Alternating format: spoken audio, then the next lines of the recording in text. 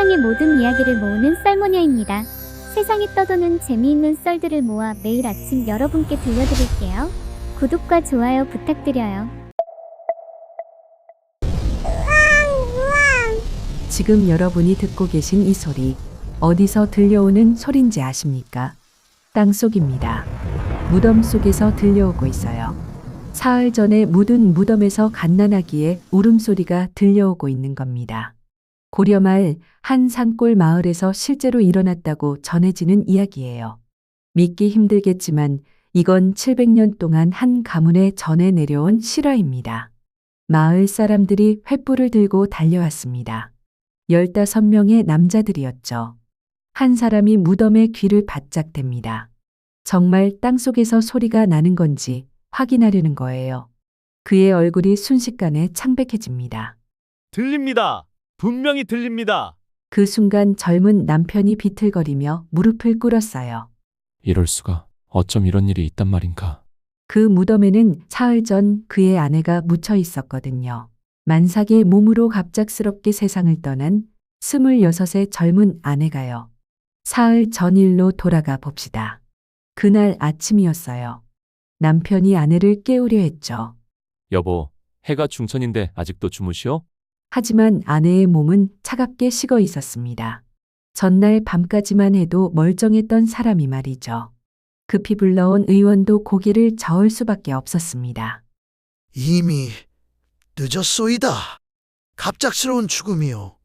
남편은 그 자리에서 정신을 잃을 뻔했어요. 아내도 뱃속의 아이도 한꺼번에 잃어버린 겁니다. 곧 태어날 아이였는데 말이죠. 장례는 그날 오후에 치러졌습니다.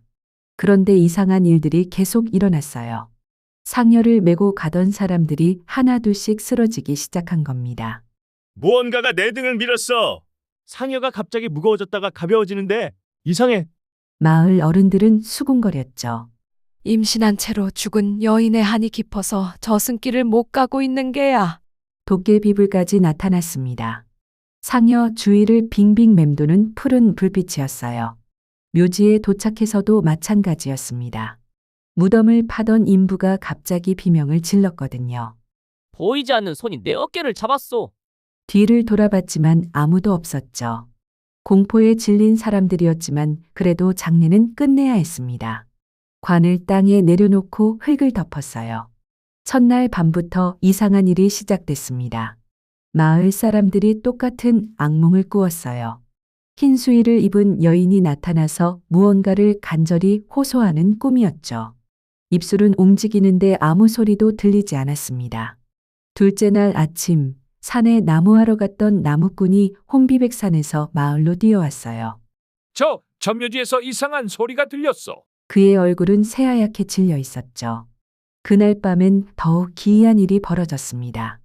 마을의 모든 개들이 밤새도록 지저댄 거예요. 그것도 모두 같은 방향을 보면서요. 바로 그 무덤이 있는 산 쪽을 말이죠. 셋째 날 저녁이 되자 마을의 젊은 청년 2명이 나섰습니다. 우리가 직접 확인해 보겠소. 귀신 따위 있을 리 없지 않소? 그들은 해질 무렵 산으로 올라갔어요. 무덤에 도착했을 때는 이미 어둠이 내리고 있었죠. 처음엔 아무 소리도 들리지 않았습니다. 역시 헛소문이었어. 바람 소리를 잘못 들은 게야. 그런데 한 청년이 무덤의 귀를 바짝 대는 순간이었습니다. 그의 눈이 커졌어요. 얼굴이 창백해졌죠. 들린다. 정말로 들린다. 다른 청년도 급히 귀를 댔습니다. 둘 다 똑똑히 들었어요. 희미하지만 분명한 아기의 울음소리를요. 땅속에서, 분명 무덤 속에서 들려오고 있었습니다. 두 청년은 숨이 넘어가도록 마을로 뛰어내려왔습니다. 무덤에서 아기 울음소리가 들렸소. 분명히 들렸다니까요. 마을이 발칵 뒤집혔어요. 그럴 리가 있나? 귀신이 장난치는 게 아니겠소? 하지만 젊은 남편의 반응은 달랐습니다. 그는 무릎을 꿇고 통곡했어요. 아내가 살아있는 게 아니겠소? 아이가 태어난 게 아니냔 말이오. 시어머니도 외쳤죠. 파봐야 합니다. 만에 하나라도 생명이 살아있다면 어찌 그냥 두겠소? 마을 이장이 심각한 표정으로 고민했습니다. 이미 묻은 무덤을 파는 건 엄청난 불경이었거든요. 조상의 안식을 방해하는 큰 죄악이죠. 하지만 생명이 걸린 문제라면 얘기가 다릅니다. 좋소. 봐보도록 하시오. 15명의 남자들이 삽과 곡괭이를 들고 횃불을 켰습니다. 그리고 한밤중에 산으로 올라가기 시작했어요. 무덤 앞입니다. 한밤중에 산중턱이에요. 비가 쏟아지고 있었죠. 남편이 떨리는 손으로 첫 삽을 땅에 꽂았습니다. 흙이 파입니다. 다른 사람들도 함께 파기 시작했어요. 아무도 말하지 않았습니다. 오직 삽이 땅을 파는 소리, 사람들의 거친 숨소리, 그리고 빗소리만이 밤을 가득 채웠죠. 빗물과 땀이 섞여 얼굴을 타고 내려와요. 점점 깊어지는 구덩이. 얼마나 팠을까요? 갑자기 한 사람이 손을 번쩍 들었습니다. 잠깐! 모두가 동작을 멈추고 숨을 죽이며 귀를 기울였어요. 그리고 들렸습니다. 땅속 깊은 곳에서 이번엔 훨씬 더 분명하게 들렸어요. 사람들은 미친 듯이 파기 시작했습니다. 손에 피가 나도 상관없었어요. 계속 파고 또 팠죠. 그리고 드디어 나무가 보이기 시작했습니다. 관이었어요. 관 뚜껑 앞. 남편이 그 앞에 무릎을 꿇었어요. 두 손을 모으고 기도하듯 중얼거렸죠. 제발, 제발. 그리고 천천히 손을 뻗었습니다. 차갑고 축축한 나무 뚜껑에 손이 닿았고 손가락에 힘을 주었어요. 뚜껑이 조금씩 움직이기 시작했죠. 끼익. 오래된 나무가 내는 소리가 고요한 밤을 갈랐습니다. 주변의 모든 사람들이 숨을 죽였어요. 횃불이 바람에 흔들리고 있었죠. 뚜껑이 반쯤 열렸을 때 그 안에서 울음소리가 더욱 또렷하게 들려왔습니다. 남편은 떨리는 손으로 뚜껑을 완전히 열었어요. 횃불을 든 사람이 앞으로 다가갔습니다. 빛이 천천히 관 안을 비추기 시작했죠. 제일 먼저 보인 건 여인의 얼굴이었습니다. 창백했어요. 죽음의 빛깔이었죠. 입술은 파랗게 변해 있었고 눈은 감겨 있었어요. 분명히 죽어 있었습니다.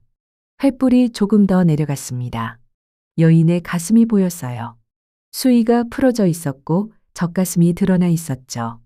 그리고 그 아래 품 안에 뭔가 작은 것이 움직이고 있었습니다. 분홍빛 살결, 작디 작은 주먹, 떨리는 다리. 그것은 아기였어요. 살아있는 아기였습니다. 갓 태어난 듯한 너무나도 작은 아기가 약하게 울고 있었던 거예요. 탯줄이 아직 어머니와 연결되어 있었습니다. 그런데 여기서 가장 놀라운 광경이 펼쳐져 있었어요. 아기의 입이 어머니의 젖꼭지를 물고 있었던 겁니다. 죽은 어머니의 젖을 빨고 있었어요.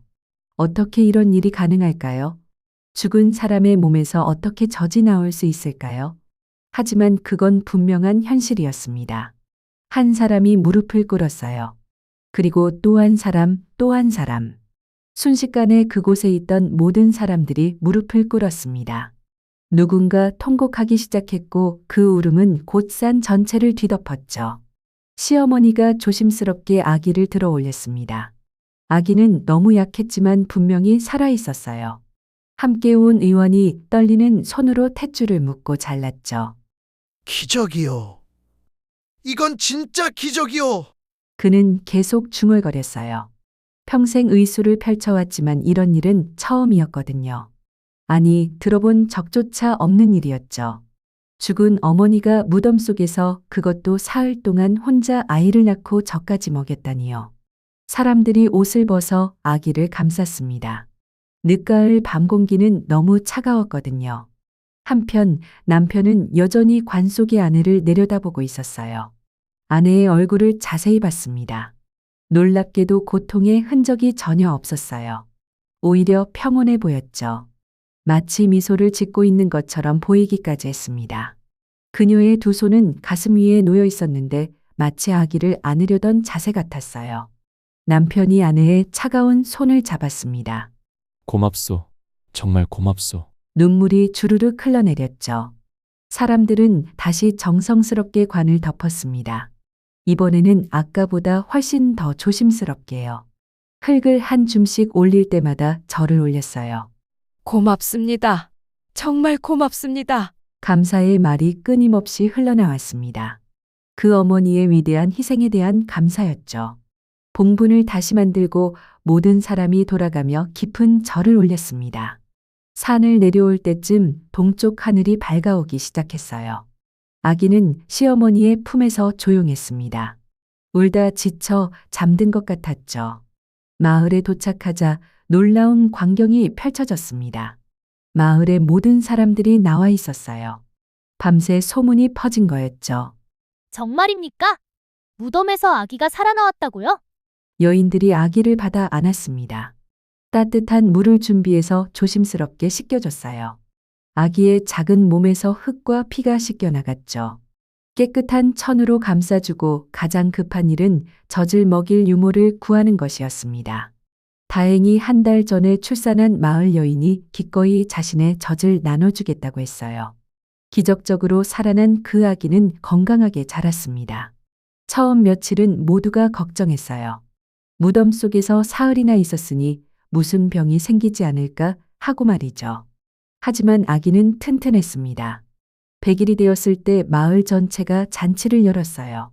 돌잔치는 더욱 성대했죠. 사람들은 이 아이를 특별하게 여겼습니다.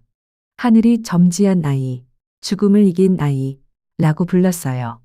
아버지는 아이가 조금씩 자랄 때마다 어머니 이야기를 들려줬습니다. 내 어머니는 너를 너무나 사랑하셔서 죽음 속에서도 너를 지켜주셨단다.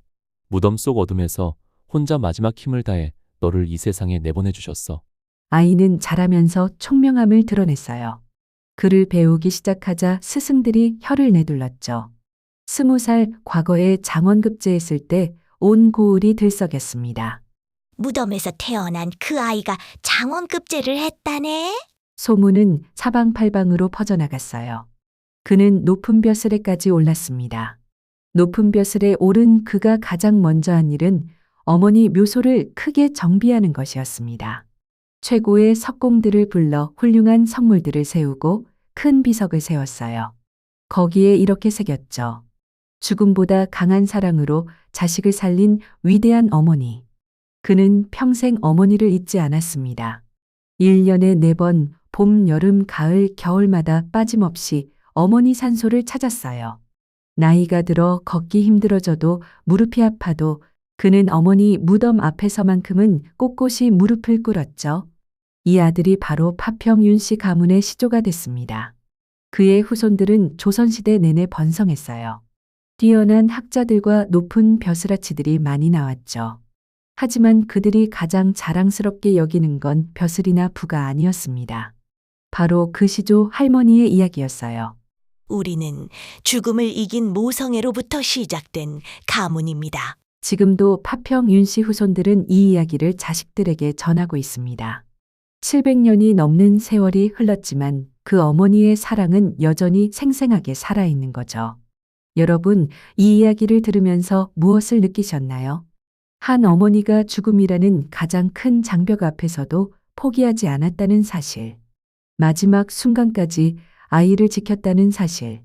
무덤 속 어둠에서 혼자 아이를 낳고 자신의 마지막 생명력을 짜내어 젖을 먹였다는 사실. 의학으로 설명할 수 없는 기적이었죠. 하지만 어머니의 사랑은 원래 그런 게 아닐까요? 오늘 저녁 어머니께 전화 한 통 해보시는 건 어떨까요? 사랑합니다. 라는 말 한마디면 충분합니다. 여기까지 들어주셔서 감사합니다. 썰 모으는 여자, 설모녀였습니다.